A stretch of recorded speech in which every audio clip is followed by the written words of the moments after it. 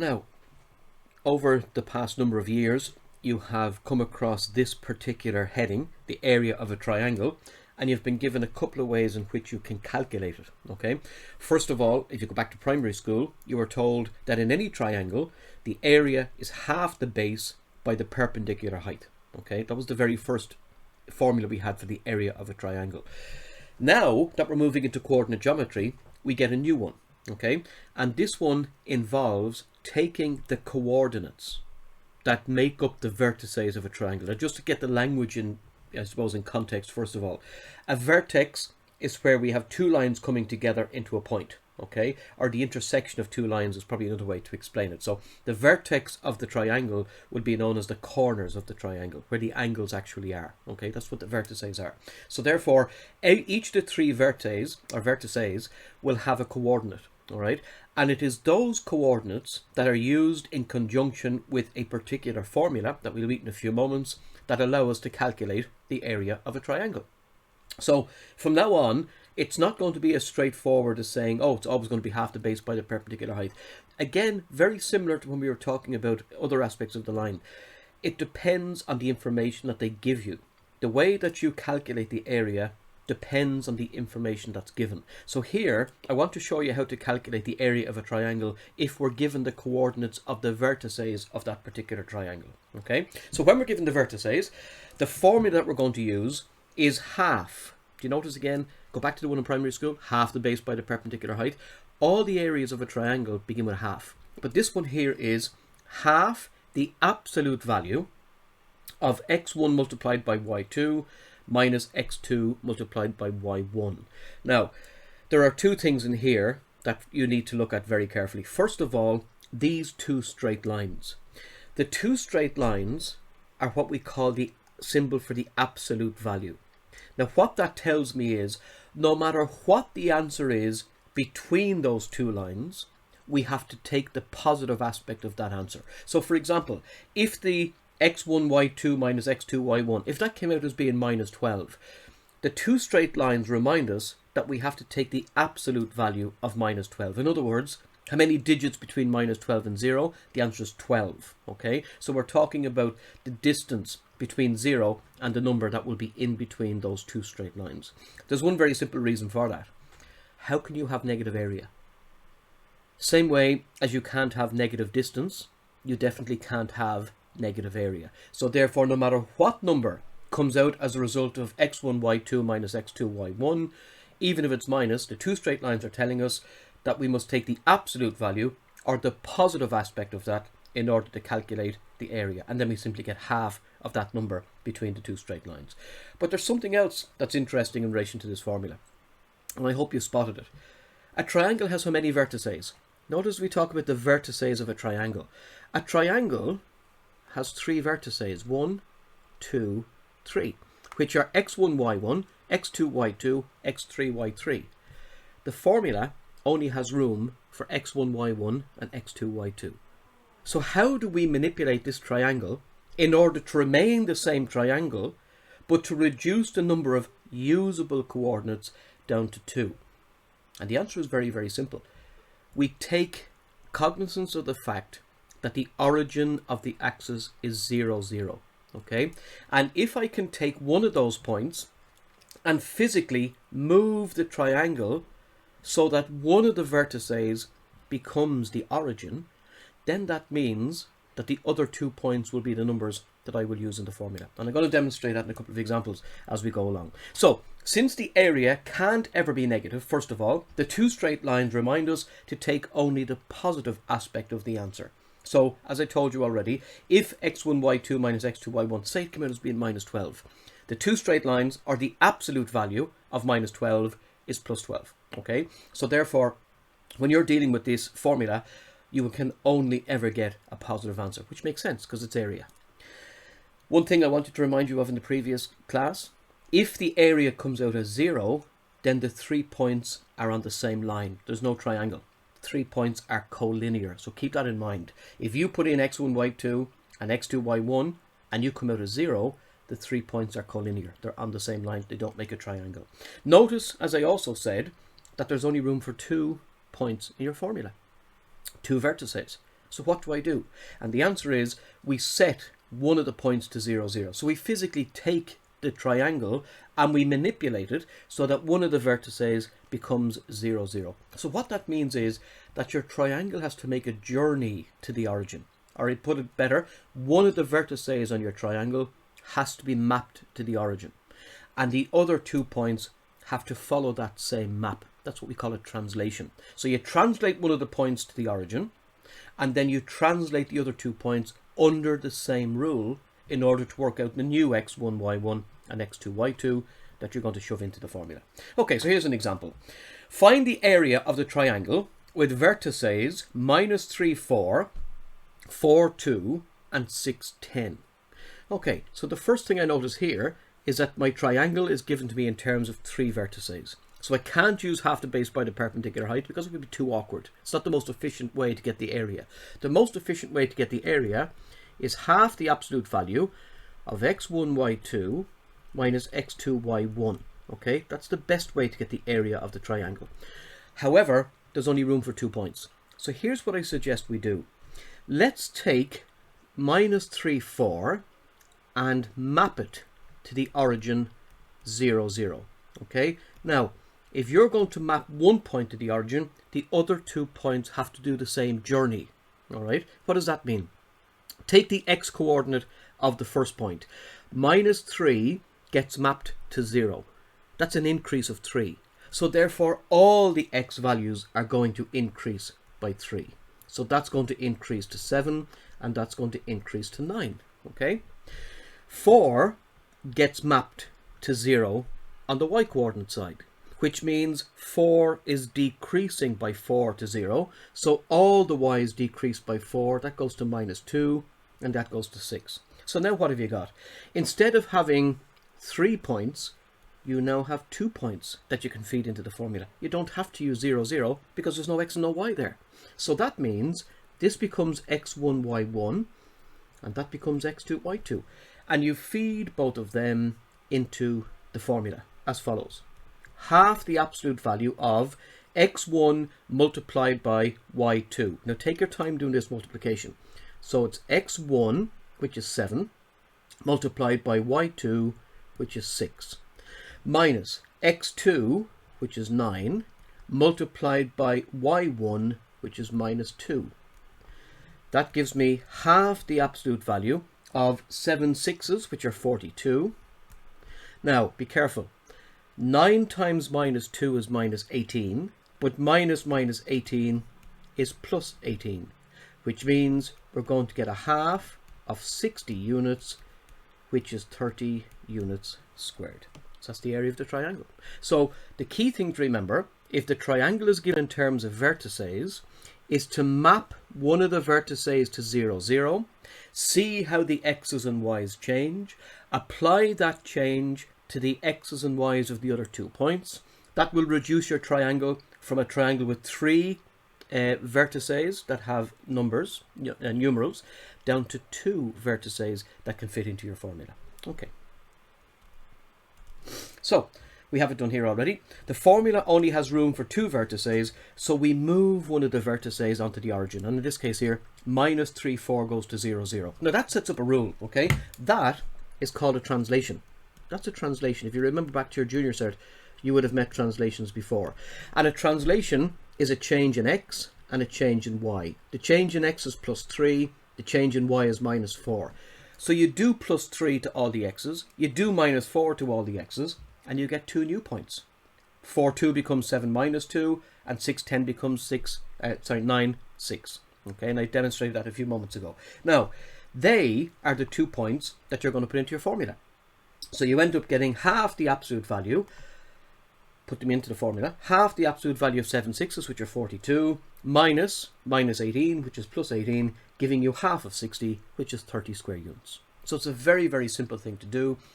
But if there's 3 vertices with values in the coordinates that are not 0, 0, translate one of them to 0, 0, apply the same translation to the other 2 points, get a set of 2 points that you put into your formula, stick it into your formula, take the positive aspect of whatever x1, y2 minus x2, y1 becomes, and then half the answer to get your area. Okay, so here's an example. I'm going to work this on screen. This is on page 278, question 2 of your book. A triangle has vertices -1, 6, 1, and -2.5, 5. Question says, find the area of the triangle. Now look, whichever point you put onto the origin, I would suggest you take the one that's nearest the origin and move it. So in that case here, what I'm going to do is I'm going to take -1, -1. That's the first point. Then we have 6, 1 is your second point. And -2.5 -5 is your third point. You cannot put 3 points into the formula for the area of a triangle, which is half the absolute value of x1, y2 minus x2, y1. So you simply can't put 3 values in there. So what I'm going to do is I'm going to turn, or I should say translate, -1, -1 to 0, 0. Now what does that do? That increases the x's by 1. So therefore, let's increase both of these x's by 1 here. That goes to 7, and that goes to -1.5. And then the y also increases by 1. So you get your y is increased by 1. That goes up to 2, and that goes up to -4. Okay, so look at it again. -1 to 0, that's an increase of 1. And then -1 to 0 is also an increase of 1. So all the x's get increased by 1, 6 goes to 7, -2.5 increases to -1.5, and then the y's get increased by 1, 1 goes to 2, and -5 goes to -4. And these 2 points then are your x1, y1, your x2, y2 that go into your formula. So let's see what we get. And make sure you fill in your points carefully. So x1, y2. That's 7 times -4, and then you get x2, y1, -1.5 times 2. So that becomes half of what? 7 times -4 is -28, and minus -1.5, well, that's plus 1.5, and 1.5 by 2 is 3. So now we get a situation where I have half of what? -25. But I can't get area with a negative value. So what do the two straight lines remind me to do? Take that as half of 25, which is 12.5 units squared. And that's it. Okay, it's as simple as that. Okay, let's push it out a little bit. Find the area of the quadrilateral ABCD with vertices 3, 3, 1, 4, -3, 1, and 3, -5. Doesn't seem to be any triangles here. Okay, and we don't have a formula to get the area of a quadrilateral whose 4 vertices are all over the place. So here's what I suggest we do. We break this quadrilateral into 2 triangles, and then we apply the area formula twice. So I'm going to make a line across this way here, and I'm going to have triangle 1 with vertices what? -3, 1, 1, 4, and 3, 3. So there's triangle 1. And then I've got triangle 2, which has vertices -3, 1, 3, -5, and 3, 3. So what have I got to do? I've got to use the area formula twice, which I can't do because there are 3 vertices with numbers greater than 0. So I'm going to take one of these and I'm going to map it or translate it onto 0, 0. Now, let's apply the same translation to the other 2 points. -3 increases by 3 to 0. So therefore all the x's here will increase by 3. So that goes to 4 and this goes to 6. 6. Okay. 1 decreases to 0. That's a drop of 1. So the y's will drop by 1. That'll drop by 1 to 3 and that'll drop to 2. Okay. Let me just change that there to a 6. Just make sure I write it in properly. That's a 6. Okay, then we got to do the same thing here. So they're the points we're going to use for the first triangle. Okay, second triangle, let's do the same thing. Let's take the first point and let's translate it to 0, 0. And then we're going to do the same with the other 2 points. Let's see where they end up. -3 again increases by 3. So therefore you've got an increase of 3 there to 6 and an increase of 3 there to 6. And then y decreases by 1, which brings that down to -6 and brings that down to 2. So they will be the 2 points you will use in the second formula. So x1, y1 and x2, y2. Now what do? Take them into the area formula. So area of triangle 1 equals half the absolute value of, and you can speed this up as you go along. So you've got half the absolute value of x1, y2. That's 4 2's, so that's 8, minus x2, y1, which is 3 6's, which are 18, which becomes half of minus 10, which, remember, is 5 square units, okay, or 5 units squared, whichever way you want to say that. What about the area of triangle 2? Well, again, it's half the absolute value of what? Of x1, y2, which is 12, minus x2, y1, which is minus 36. Okay, which becomes half the absolute value of what? 12 plus 36, which is 48, which is 24 square units. So therefore, if you add the two triangles together, you get 29 square units. Very straightforward. Okay. Last example. Page 278, question 8. A is 2, 1, B is 0, 3, and C is 2k minus 1. And they are the vertices of a triangle of area 4 square units. Find the value of k. So you have 2, 1, you have 0, 3, and you have 2k minus 1. Now, don't panic. There's only one unknown. There's one variable in the whole thing, so this can be solved, okay? The key here is to notice that one of the points is already almost on the origin. Do you see that? This one. So I'm going to turn this one here. I'm going to map this onto the origin, and then I'm going to see what happens to the other 2 points. Well, 0 stays 0. That means the x coordinates will remain unchanged, and that's good for us because the 2k remains 2k. What happens to the y coordinate? It drops by 3 units. So this has to drop by 3 units to minus 2, and that has to drop by 3 units to minus 4. And there's your x1, y1, and there's your x2, y2. But the lovely thing here is that we know the answer.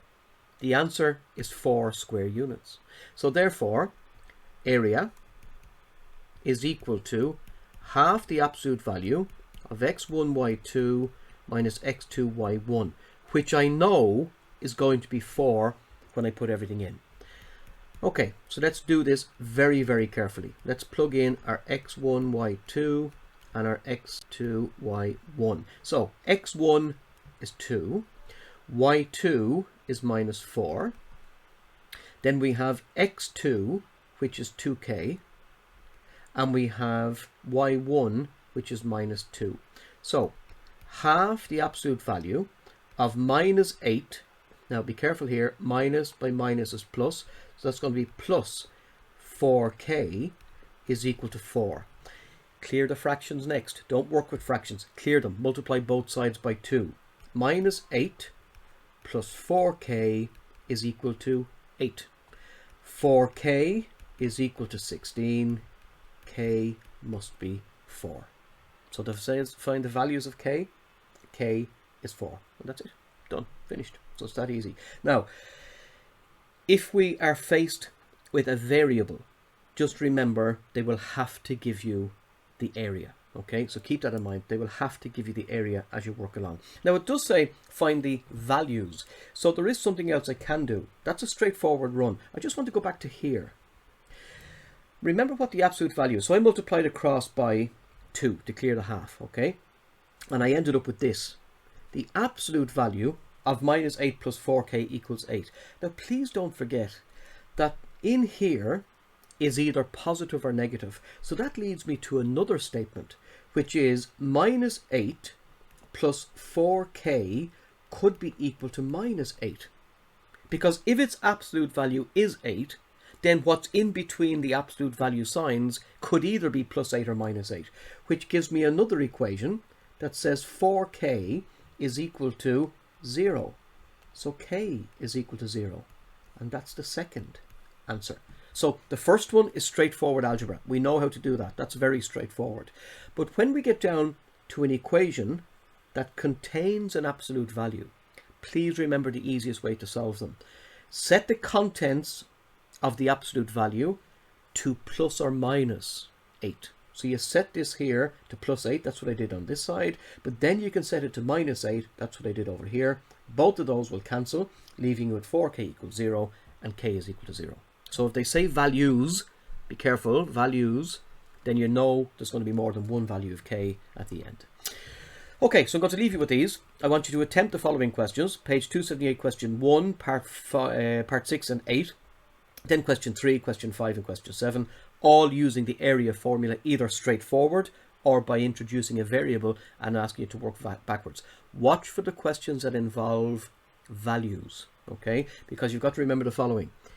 If you have the absolute value of k, then that means it can be plus k or it can be minus k. So you always set what's inside the two straight lines equal to the positive result and the negative result to get your two algebraic equations that you will then solve to get the two values for the variable inside the absolute value signs.